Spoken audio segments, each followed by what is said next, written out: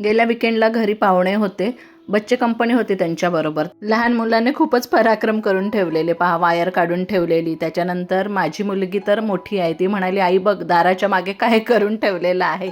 आता चला हे कसं काढायचं ते आता विचार करत होती. तितक्यात माहीने माझ्या मुलीने हे शूज आणून टाकले. मला सांगता हे स्वच्छ करून दे, मी धुतले असते पण उद्या सकाळीच हवेत तर सुकणार नाही. मग मी काय केलं, हॅपी प्लॅनेटचे मॅजिक इरेझर मागवले होते. एका पॅकमध्ये 4 इरेझर असतात, वापरायला पण सोपे आहेत. पाण्यामध्ये बुडवायचे, एक्सेस पाणी काढताना फक्त हाताने प्रेस करायचे, स्क्वीज करायचे नाही किंवा पिळायचे नाहीत. त्याच्यावरचे डाग काढण्यासाठी कुठलंही मी सोल्युशन नाही वापरलं, फक्त हे मॅजिक इरेझरच बास असतं. तर पहा शूज एकदम चकाचक झालेत, पिवळटपणा पण राहिलेला नाही. आधीचा आणि नंतरचे पहा तुम्ही, फरक जाणवेलच.